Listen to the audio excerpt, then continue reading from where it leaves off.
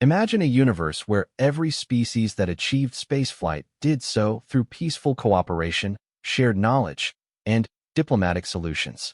A galaxy where wars were ancient history, where conflicts were resolved through meditation and mutual understanding, where the very concept of violence had been relegated to primitive evolutionary stages that civilized beings had long since abandoned.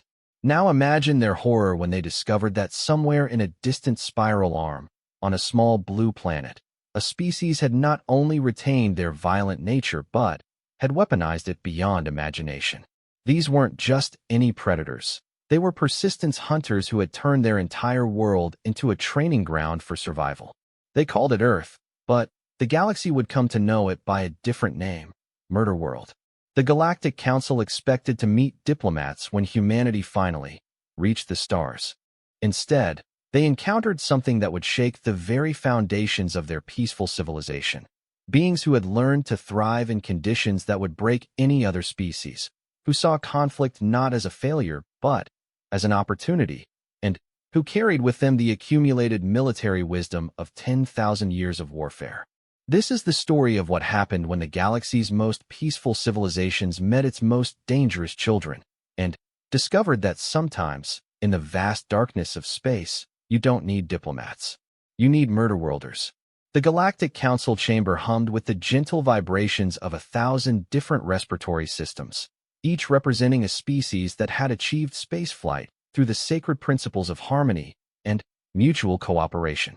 Ambassador HFY of the Vorthak Collective adjusted her crystalline thought crown, its faceted surface catching the soft bioluminescent lighting that bathed the massive chamber in calming hues of blue and green. Today marked a momentous occasion, first contact with a newly discovered species from the Outer Rim. The beings called themselves humans, and their initial transmissions had been filled with what the translation matrices interpreted as diplomatic overtures and peaceful intentions. Standard protocol for welcoming a new species into the galactic community had been followed to the letter. A carefully selected delegation of the most experienced diplomats, philosophers, and cultural mediators had been assembled to ensure the smoothest possible integration. Elder Morvain of the Seraphic Order stepped forward, his gossamer wings creating tiny whirlwinds of sparkles in the chamber's atmosphere. As the oldest member of the council, and a being whose species had achieved perfect pacifism over 12 million years ago, he was considered the ideal representative to welcome these newcomers. His voice, when he spoke, carried the melodic quality that had ended 17 separate galactic conflicts through pure persuasion alone. Honored colleagues, he began, his words automatically translated into the 1,000 languages represented in the chamber. Today we extend our embrace to the children of Sol 3, a species that has only recently achieved faster-than-light travel. Their preliminary communications suggest a keen interest in trade, cultural exchange, and what they term peaceful coexistence. All signs point to another successful integration into our community of enlightened beings.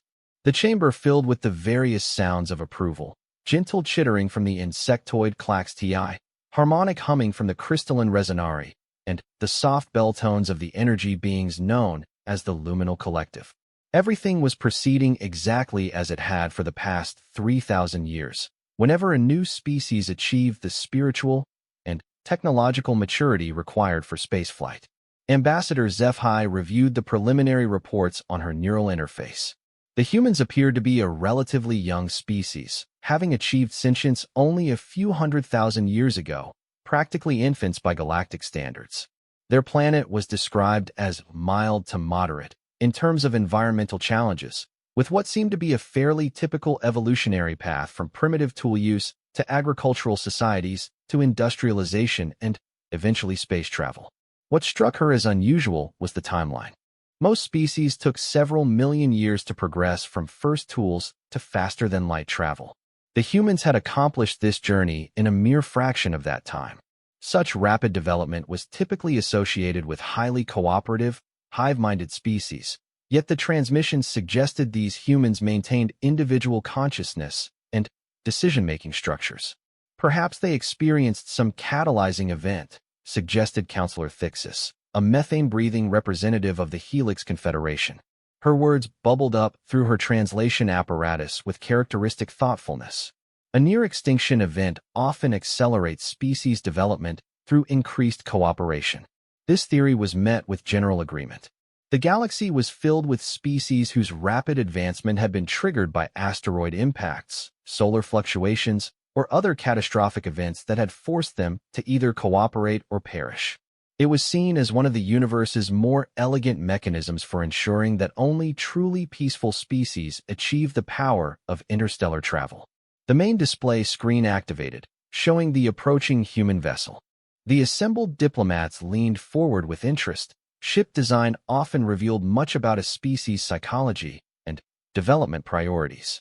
They expected to see something elegant, efficient, and built primarily for exploration and trade. What appeared on their screens made several representatives emit confused sounds. The human ship was absolutely massive, easily dwarfing any vessel in the Council's fleet. Its hull was a matte black that seemed to absorb light rather than reflect it, and its surface was covered with what appeared to be geometric patterns that served no obvious aesthetic or functional purpose. Most disturbing was its shape. Rather than the flowing, organic curves favored by peaceful species, it was all sharp angles and aggressive lines, like something designed specifically to intimidate. Perhaps it's a generational ship, offered Mediator Silent of the Harmonious Depths. They may have had to transport their entire population due to some planetary catastrophe. This explanation was accepted readily, as it fit the established pattern of how civilized species behaved. The ship's unusual design was likely a result of having to prioritize utility over aesthetics during a crisis evacuation. The human vessel requested permission to dock with the Council's diplomatic station, a request that was immediately granted. Standard decontamination and cultural orientation protocols were initiated, ensuring that the first meeting would take place in carefully controlled conditions designed to minimize any potential misunderstandings. As the docking procedures commenced, Ambassador HFY couldn't shake a strange feeling of unease. Something about the humans' preliminary transmissions had struck her as odd, though she couldn't quite identify what. Their language was remarkably complex, with multiple words for concepts that most species handled with single terms. They had 17 different words for what other species simply called conflict, and their transmissions were filled with references to concepts that didn't translate well into any known galactic language. Her neural interface chimed softly, indicating that the human delegation was ready to disembark. Following standard protocol, a small group of council representatives would meet them in the secure reception area, conduct preliminary cultural assessments, and then escort them to the main chamber for the formal welcome ceremony. Elder Morvain glided toward the reception area, accompanied by Ambassador HFY and 3 other senior diplomats. They carried traditional gifts, crystallized harmonics from the Resonari, biolite sculptures from the Luminal Collective, and philosophical texts that had brought peace to countless worlds. Everything was arranged to demonstrate the Council's commitment to peaceful coexistence and mutual understanding. The airlock cycled open with a gentle hiss, and the human delegation stepped through. The first thing that struck the assembled diplomats was how the humans moved. Every other species in the galaxy approached new situations with calm deliberation, taking time to assess and understand before acting. The humans moved with a fluid efficiency that spoke of constant readiness, their eyes, predator eyes, front-facing and sharp, sweeping the room in a pattern that suggested they were cataloging potential threats and escape routes. The lead human stepped forward and performed what was clearly a formal greeting gesture, placing one hand over his chest and offering what appeared to be an expression of friendliness. Ambassador Chen Wei, United Earth Colonial Authority, he said, his voice carrying an odd quality that somehow suggested both warmth and barely contained lethality. We're honored to meet with the Galactic Council. Elder Morvain floated forward, his wings creating a gentle light display that was meant to convey peaceful intentions. Welcome, children of Sol 3. I am Elder Morvain, and we welcome you to the community of civilized worlds. We have prepared traditional gifts to commemorate this momentous occasion. Ambassador Chun accepted the offered gifts with what appeared to be genuine appreciation, though his eyes never stopped scanning the room. That's very generous. We've brought some items from Earth as well, if you'd like to see them." The human delegation began unpacking cases they had carried with them, removing items that made the assembled diplomats exchange confused glances. Instead of the expected artwork, literature, or technological innovations, the humans had brought what appeared to be tools and implements whose purpose was entirely unclear. Chen held up an object that was clearly made of metal and seemed to be designed for gripping. "This is from our agricultural heritage," he explained. "We call it a sickle. It's used for harvesting grain crops, though it has cultural significance as well." Ambassador Zephi studied the implement through her enhanced senses, trying to understand its design. It was curved, sharp, and weighted in a way that seemed unnecessarily complex for simple plant cutting. The cultural database had no reference for such tools among peaceful species. Another human, introduced as Dr. Sarah Mitchell, presented what looked like a small explosive device. "This is a demonstration model of what we call fireworks, chemical compounds that create light and sound displays for celebrations." The device's construction was examined by the Resonari representative, whose species had natural expertise in energy manipulation. After a moment, he emitted a high-pitched tone of confusion. "This design appears to be optimized for maximum percussive force and light output in a brief, violent release. Most species achieve celebratory displays through harmonic resonance or bioluminescent cooperation." "Well," Dr. Mitchell replied cheerfully, "humans have always enjoyed a good explosion." The casual way she said this made several diplomats step backward. The word explosion was one that appeared in galactic languages only in the context of stellar phenomena or catastrophic accidents. No civilized being would deliberately create explosions for entertainment. Elder Morvain's diplomatic training took over, though his confusion was evident in the dimming of his wing patterns. "Perhaps you could tell us more about how your species developed space travel? We find that understanding a species' journey to the stars helps us appreciate their unique perspective." Ambassador Chen smiled, and, for the first time, the assembled diplomats got a clear view of human dental structure. The sight of those sharp, pointed canine teeth sent ripples of instinctive alarm through several representatives. "It's an interesting story," Chen began. "For most of our recorded history, humans were pretty much constantly at war with each other. We had two major global conflicts in the last century alone, each one deadlier than anything our planet had seen before. The second one ended when we figured out how to split atoms and turn them into weapons." He paused, apparently not noticing the stunned silence this statement had created. "After that, things got really interesting. We had what we called a Cold War, basically the entire planet divided into two camps, each one capable of destroying all life on Earth several times over. We spent decades building bigger and better ways to kill each other, which led to some remarkable innovations in missile technology, materials science, and computer systems." Dr. Mitchell nodded enthusiastically. "The space program was originally military research. We needed better ways to deliver warheads across continents, so we built rockets. Eventually, someone realized we could put other things on top of those rockets instead of nuclear weapons." Ambassador Zephi felt her thought crown flickering erratically as her mind struggled to process this information. "You achieved spaceflight as an extension of weapons development." "Pretty much," Chen confirmed, "though we also had some peaceful research going on.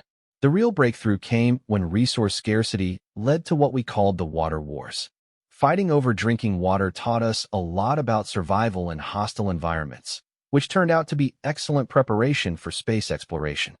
Elder Morvain's wings had gone completely dark, a sign of extreme distress among his species. "You fought wars over water?" "Oh, that was just the beginning," Dr. Mitchell said, apparently mistaking his horror for interest.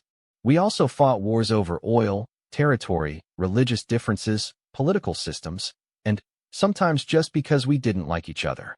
One conflict lasted 30 years because of a disagreement about who should rule a particular region." The human delegation continued describing their history with the casual tone that other species reserve for discussing weather patterns or agricultural yields.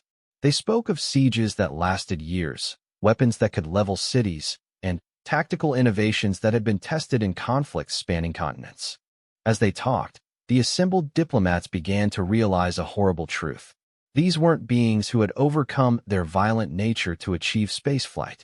These were beings who had weaponized their violent nature so effectively that they had turned warfare into a science, and space travel was just another tool in their arsenal. "We call our world Earth," Ambassador Chen concluded, "though some of our military strategists prefer the term others use for it." "Which is?" Elder Morvain asked, though he was beginning to suspect he didn't want to know the answer. Chen's smile widened, showing those predator teeth again. "Murderworld." The reception chamber fell silent except for the sound of various respiratory systems operating in panicked overdrive. In the space of a single conversation, everything the Galactic Council thought they knew about the natural order of civilized development had been shattered.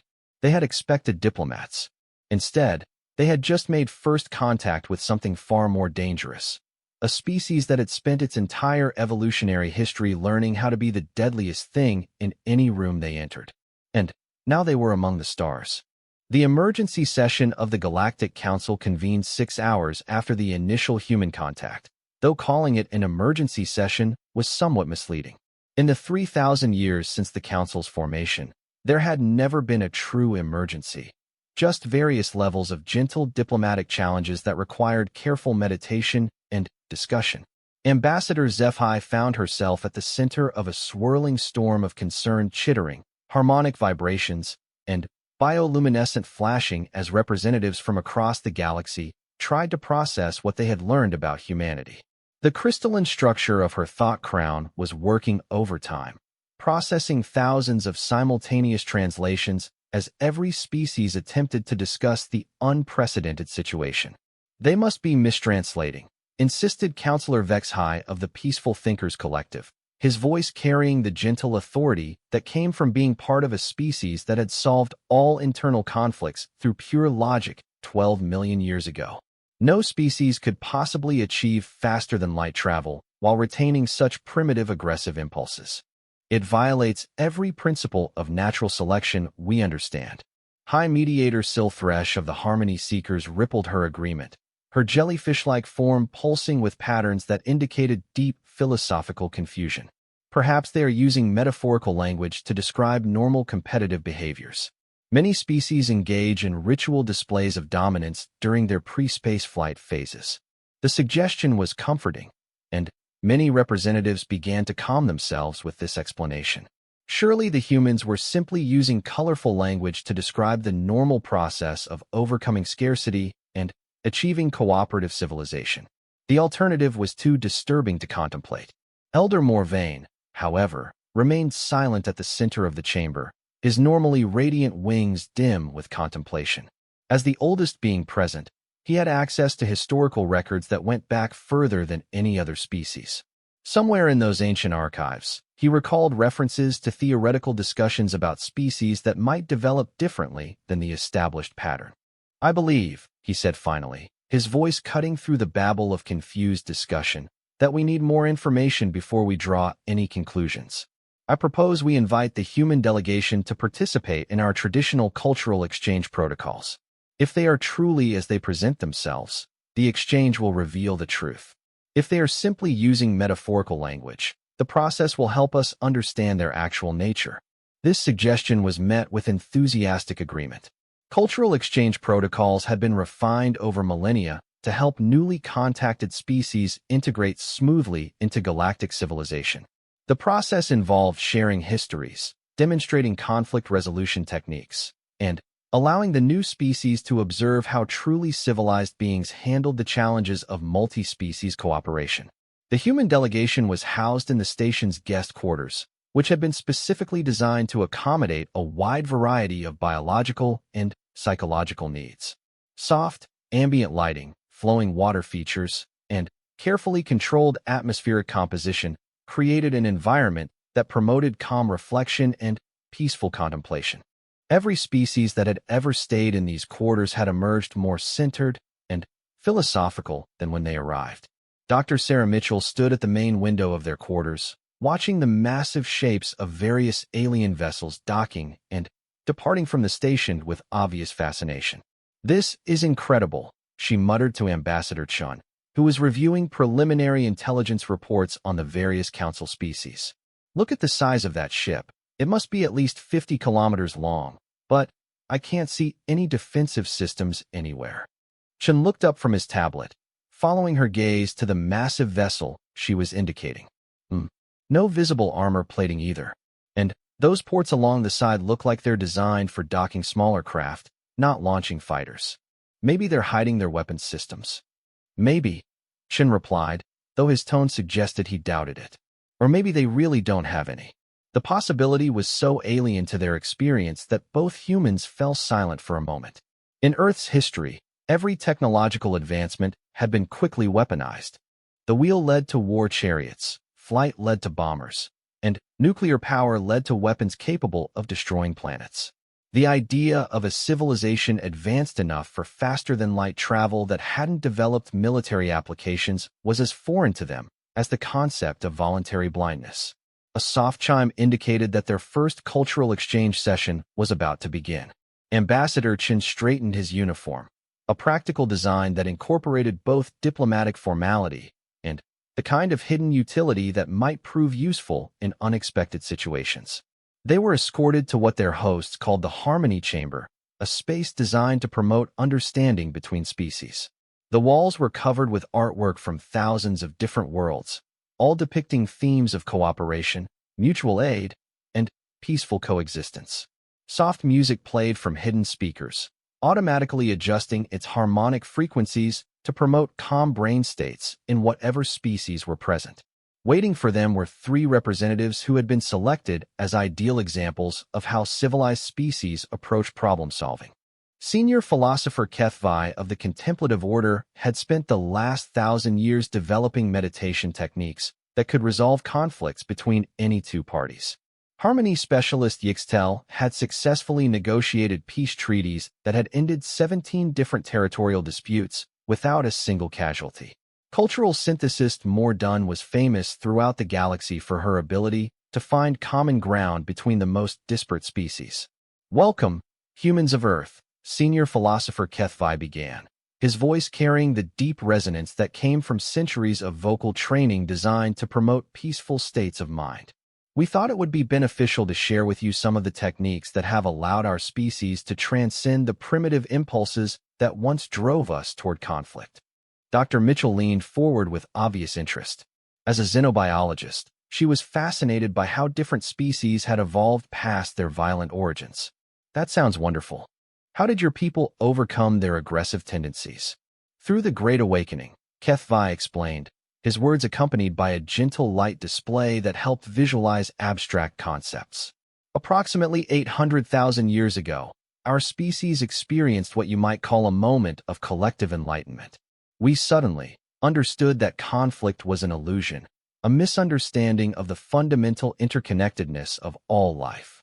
The human delegation listened politely as he described how his people had achieved perfect peace through meditation, philosophical insight, and the development of empathic abilities that made violence literally impossible for them to contemplate.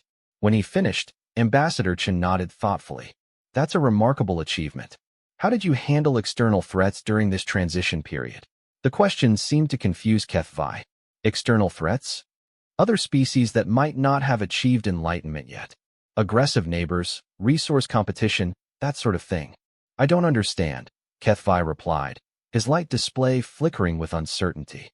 "Why would other species be threats? If they were capable of spaceflight, they would naturally have achieved the same enlightenment as ourselves."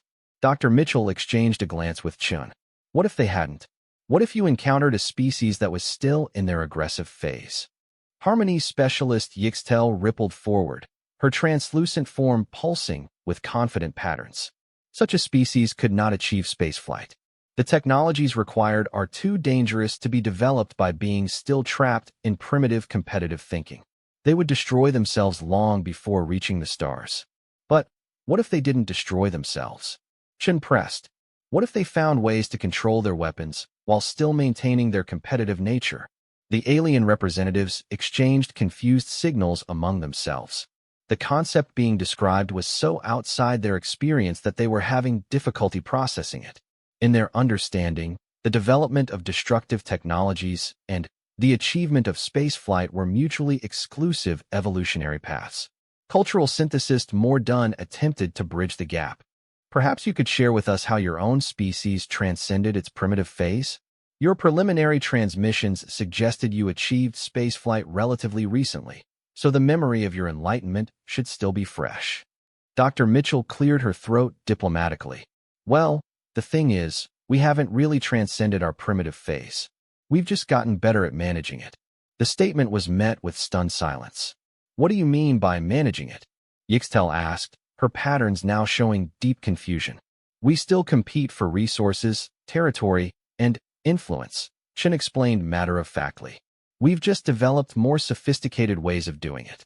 Instead of everyone fighting everyone else all the time, we've organized ourselves into larger groups that compete with other large groups.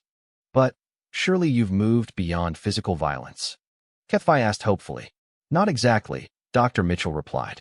We've developed rules about when and how violence is acceptable, and we've gotten much better at preventing small conflicts from escalating into species-threatening wars. But we haven't eliminated competition itself. She pulled out a small device and activated a holographic display showing Earth's current political structure. As of last month, we had 47 active military conflicts in progress, 12 ongoing trade wars, and about 6 diplomatic crises that could potentially escalate to armed conflict. The alien representatives stared at the display in horror. And you achieved spaceflight with all of that happening? More Dunn whispered. The competition is partly what drove us to achieve spaceflight, Chen explained.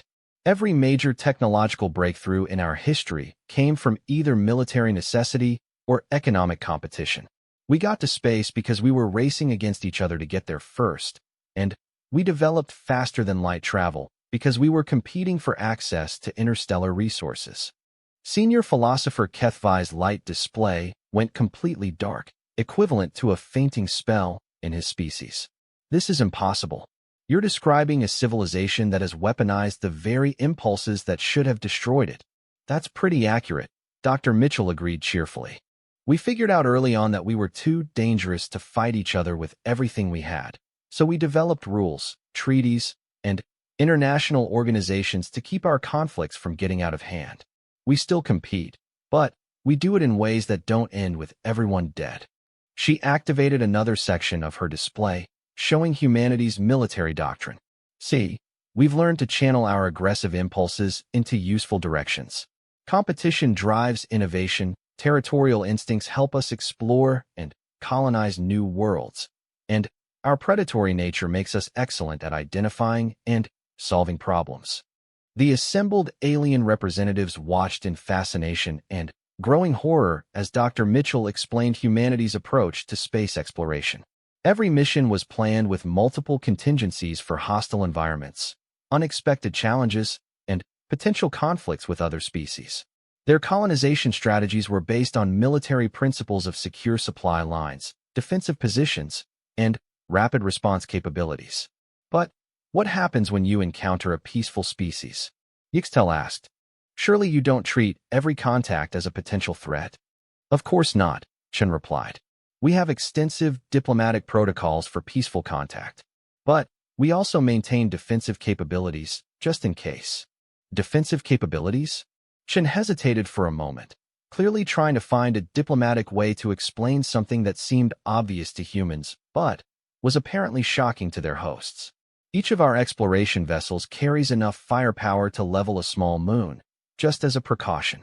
The silence that followed this statement was broken only by the sound of various alien respiratory systems working in overdrive. You brought weapons to first contact? HFY asked weakly. We brought defensive capabilities, Chen corrected gently. Though I suppose the distinction might not be clear to species that don't maintain military forces. Dr. Mitchell, apparently oblivious to the growing horror of their audience, continued her presentation with obvious enthusiasm. The really exciting part is what we've learned about ourselves through constant competition. Humans are incredibly adaptable. We can survive and thrive in almost any environment. We're natural problem solvers. We work well under pressure, and we're excellent at improvising solutions when our original plans don't work out. She pulled up another display showing human settlements on various worlds throughout their local stellar neighborhood. We've successfully colonized 17 different worlds so far, including 3 that were initially considered uninhabitable by our standards. On each one, we've encountered challenges that would have stopped most species, but we just adapted our approaches and kept going. Cultural synthesist Mordun studied the images with growing amazement. These worlds, how do you survive in such hostile environments? Practice, Shin replied simply. Earth taught us how to handle hostile environments.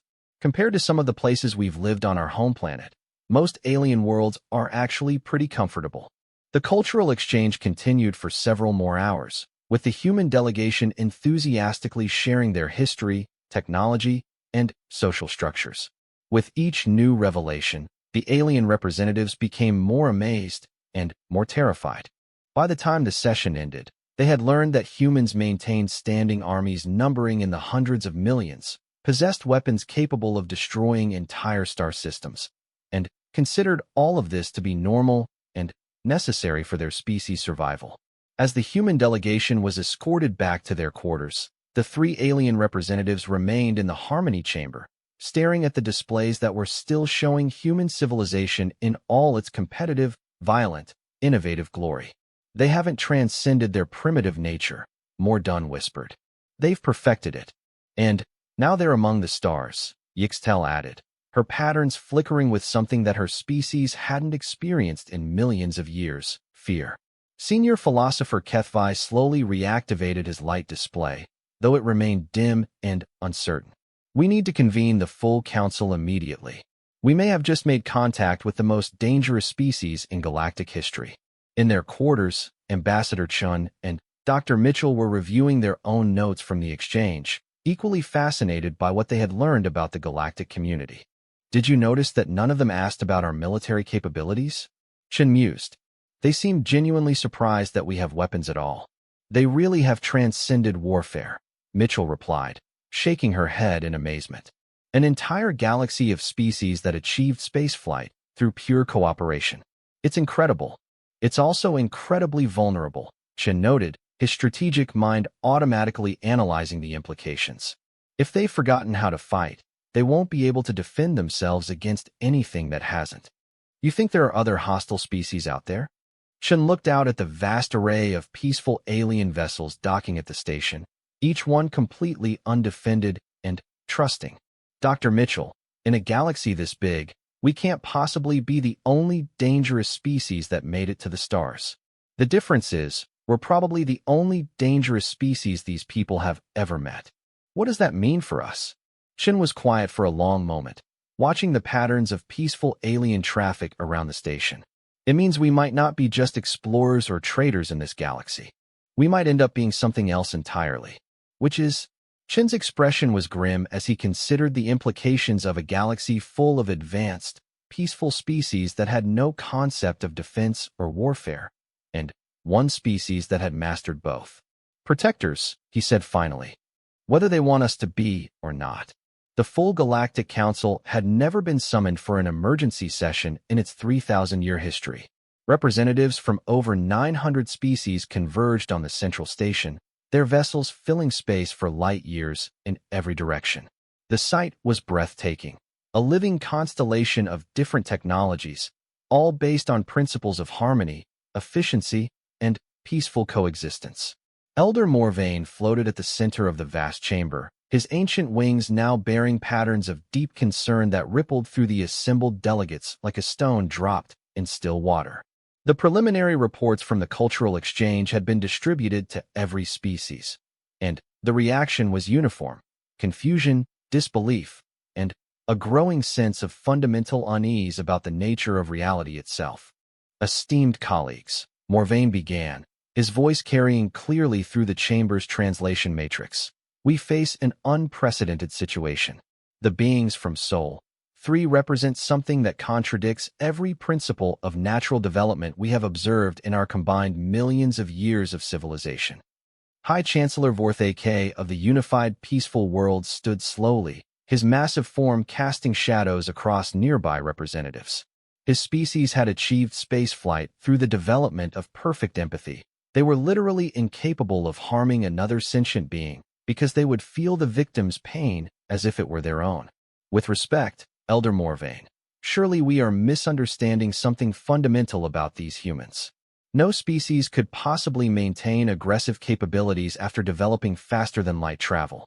The energies involved are too dangerous for any but the most enlightened beings to control. Murmurs of agreement rippled through the chamber. This had been the prevailing theory for millennia, that the development of certain technologies required a level of wisdom and emotional maturity that naturally eliminated violent tendencies. The humans represented an apparent impossibility. Ambassador HFY activated her neural interface, displaying the data they had gathered from their initial contacts. I've reviewed their ship design specifications, and the analysis is troubling. Their vessel incorporates technologies we recognize, but applied in ways we've never seen before. They've somehow weaponized their faster-than-light drive.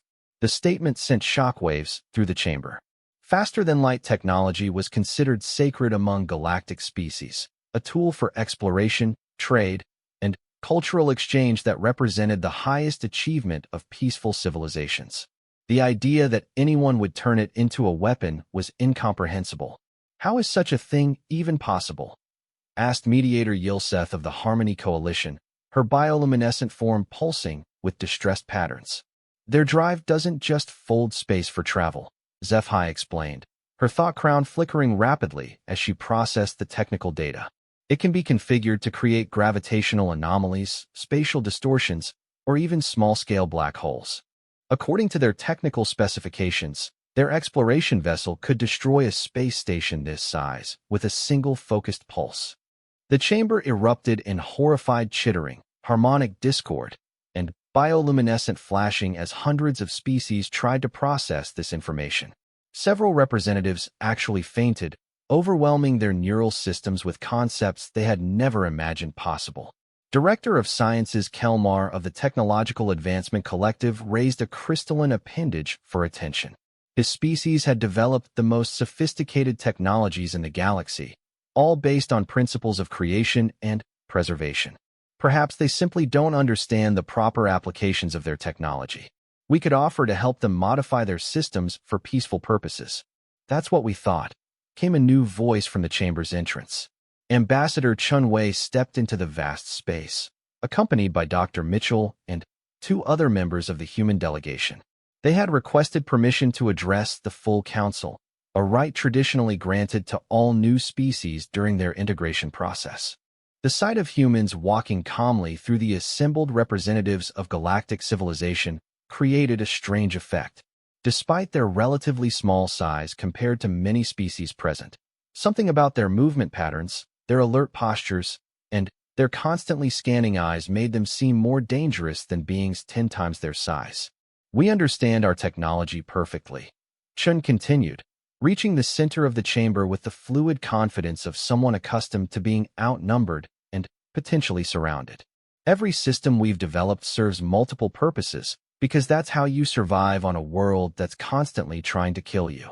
Elder Morvain gestured for the human to continue, though his wing patterns showed deep unease. Please explain what you mean by constantly trying to kill you. Dr. Mitchell activated a holographic projector, filling the chamber with images of Earth. The assembled aliens watched in fascination as scenes of their planet unfolded.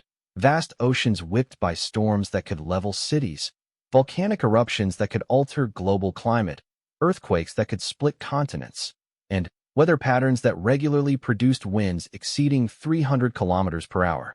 Earth is what you might call a high-energy environment, Mitchell explained casually. Our planet's geological activity is about 40 times more intense than the galactic average. Our weather systems are driven by extreme temperature differentials, and our biosphere is based on constant competition for survival.